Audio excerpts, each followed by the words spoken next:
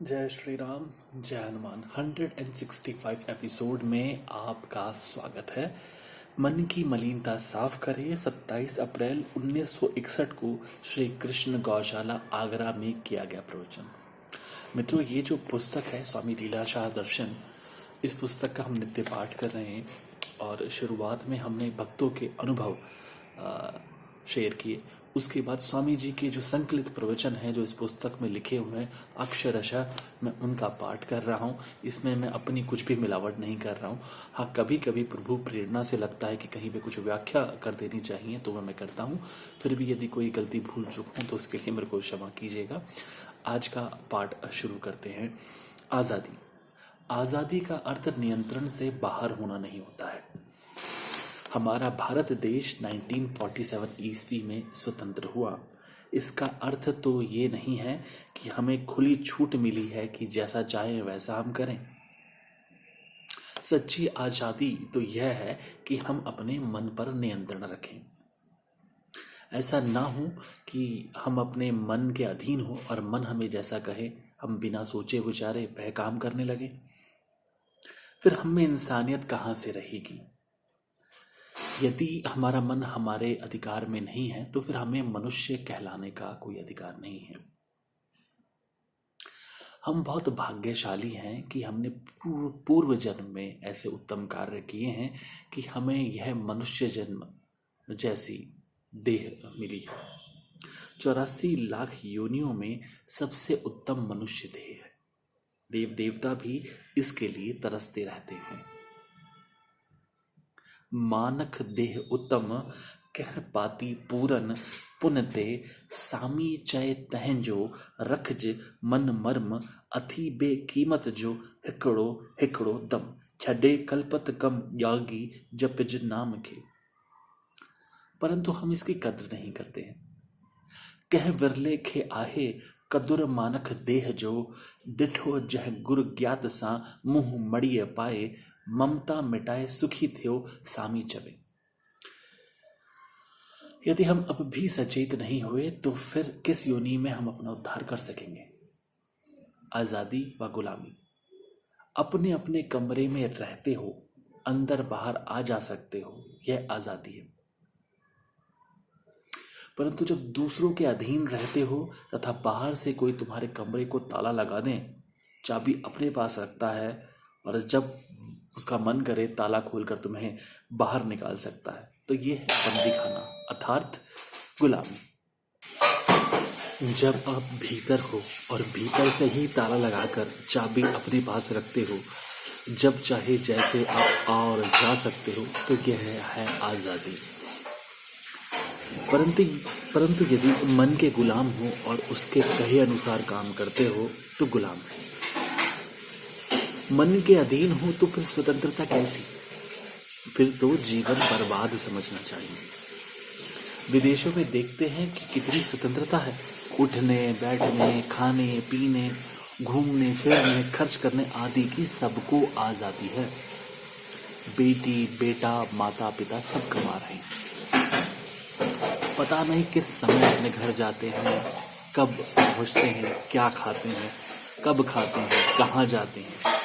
सब अपनी अपनी मस्ती में आज़ादी में घूम रहे हैं। अर्थात सब स्वतंत्र हैं। प्रत्येक अपने स्वार्थ के कारण जी रहा है। ऐसी आज़ादी के कारण बहुत बर्बादी हो रही है। लोग चरित्रहीन हो रहे हैं, भिन्न भिन्न बीमारियों से ग्रसित हो रहे हैं। टीबी, कैंसर, जोड़ों के दर्द, पीठ के दर्द, मांसपेशियों के दर्द आदि बीमारियां पहले भारत में नहीं थी। विदेश से ही ये बीमारियां भारत देश को भेंट स्वरूप मिल गए। सिगरेट, बीड़ी, शराब आदि तुच्छ वस्तुएं समझी जाती हैं, परंतु इन्होंने जो विनाश किया है वे किसी से छुपे हुए नहीं हैं। इनके कारण कई देश बर्बाद हो चुके हैं। बिना सोच विचार कर कार्य करेंगे तो फिर यह आज़ादी हमारे लिए दुखदाई होगी। रजब एक सांस का तीनों लोक नहीं मोल, वृथा क्यों गवाइए ऐसा सांस अमूल। महात्मा रजब कहते हैं कि एक श्वास का महत्व तीनों लोकों से भी बड़ा है। ऐसा अमूल्य श्वास जीवन व्यर्थ क्यों गवा रही हो? अतः हमें चाहिए कि सदैव मन पर नियंत्रण रखकर संसारी कार्य करते रहे परंतु संसार के आदि फल विचार के सब काम पीछे तुम करो, होई सुख संसार माही ध्यान हरदम यही धरो। विद्या, विद्या किसे कहते हैं? विद्या का अर्थ यह नहीं है कि परीक्षाएं देकर बीए एमए की बड़ी बड़ी डिग्रियां प्राप्त कर लें। यह विद्या किस काम की जो इज्जत गवा दे? इज्जत का नाश होना अर्थात सतोगुणी स्वभावों का नाश होना। विद्या का अर्थ है जानकारी या ज्ञान। वह रोशनी, वह ज्ञान जिसके जानने से हमें मालूम पड़ता है कि धर्म क्या है, अधर्म क्या है, हमारे कर्तव्य क्या है, जिनके पालन करने से सच्चा सुख प्राप्त हो सकता है। विद्या प्राप्त करके यदि उस पर अमल नहीं करें तो फिर वह विद्या किस काम की? सदैव विचार करके कार्य करें कि सत्य क्या है और असत्य क्या है। किसी को भी धोखा नहीं दे।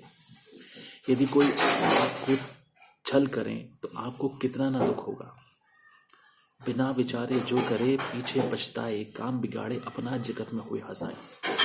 निष्काम सेवा करे। एक आदमी बूट सूट कमीज पहनता है तथा दर्पण पर अपना कोट रख कर कहता है कि देखूं तो कोट मुझ पर जचता है या नहीं। ऐसा करने से तो दर्पण ढक जाएगा और उसे कुछ भी नजर नहीं आएगा। परंतु यदि वह सूट बूट कोट कमीज पहनकर दर्पण के सामने खड़ा होगा तो वह क्या देखेगा? उसे वैसे की वैसे अपनी शक्ल सुनाई देगी, सूरत नजर आएगी। यह है दर्पण के आगे तर्पण या अर्पण। शादी के बाद पत्नी अपना मायका छोड़कर ससुराल जाती है तथा अपने आप को भूलकर तन मन से अपने पति की सेवा करती है। नतीजा यह निकलता है कि पति उसे अपने घर की मालकिन बनाता है। हमें भी परिपूर्ण परमात्मा को अपना सब कुछ अर्पण कर देना चाहिए। कोई भी इच्छा नहीं रखनी चाहिए। इच्छा रखकर कोई कार्य करेंगे तो सिर्फ इस संसार व स्वर्ग के सुख प्राप्त होंगे जो कि नाशवंत हैं, जिनमें सुख कम व दुख ज्यादा है। कोल्हू में तेल निकालने के लिए बैल की आंखें बंद करके सारा दिन उससे चक्कर कटवाए जाते हैं। वह समझता है कि मैं कई कोस पैदल चल रहा हूं, मगर जब उसकी आंखें खोली जाती हैं तब वो देखता है कि वह वहीं का वहीं खड़ा है। हमें उस बैल की भांति कार्य नहीं करनी चाहिए। कामना करने से शुभ कार्यों का फल मिलता है, परंतु निष्काम सेवा से जो सुख बड़े पहाड़ की भांति मिलता है वह उस कामना के कारण तुच्छ हो जाता है। शराबी, जुआरी या चोर आदि चाहता है कि क्या मैं दुखी हूं या मुझे जेल की सजा मिले, मगर चाहना न होने की हालत में भी अपने किए का फल भुगतना पड़ता है। इसी प्रकार आपकी निष्काम सेवा व्यर्थ नहीं जाती है। यद्यपि आप सुख नहीं चाहते फिर भी अवश्य आपको सुख ही सुख मिलेंगे। जब तक रहेगी वासना बंधन न तेरा जाएगा, निर्वासना हो जाएगा तब शांति अक्षय पाएगा। जब तक वासना की इच्छा रहेगी तब तक आपके बंधन नहीं छूटेंगे।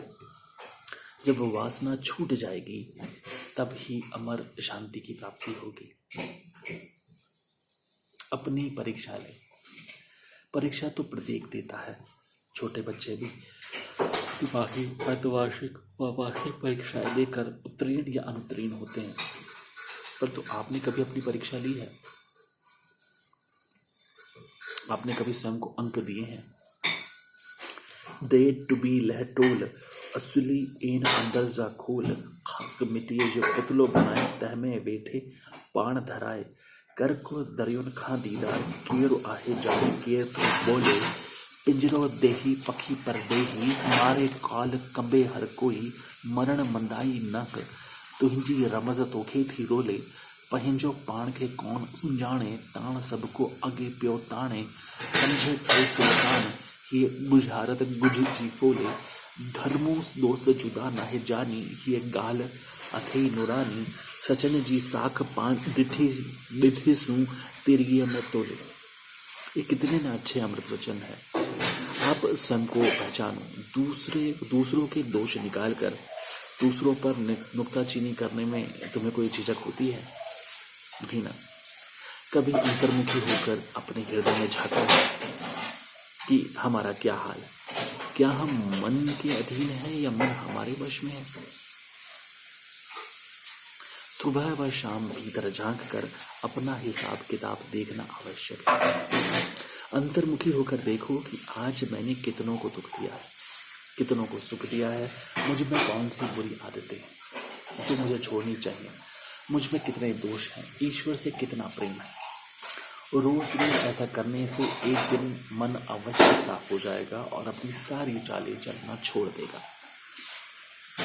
मन को वश में करने का सबसे उत्तम उपाय है भगवान का नाम जपना।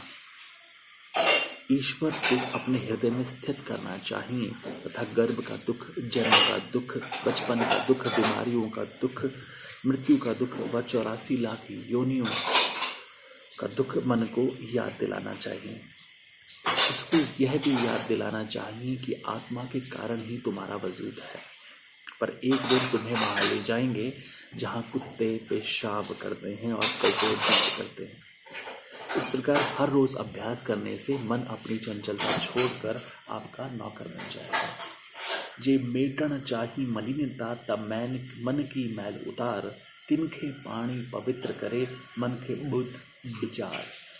धन्यवाद।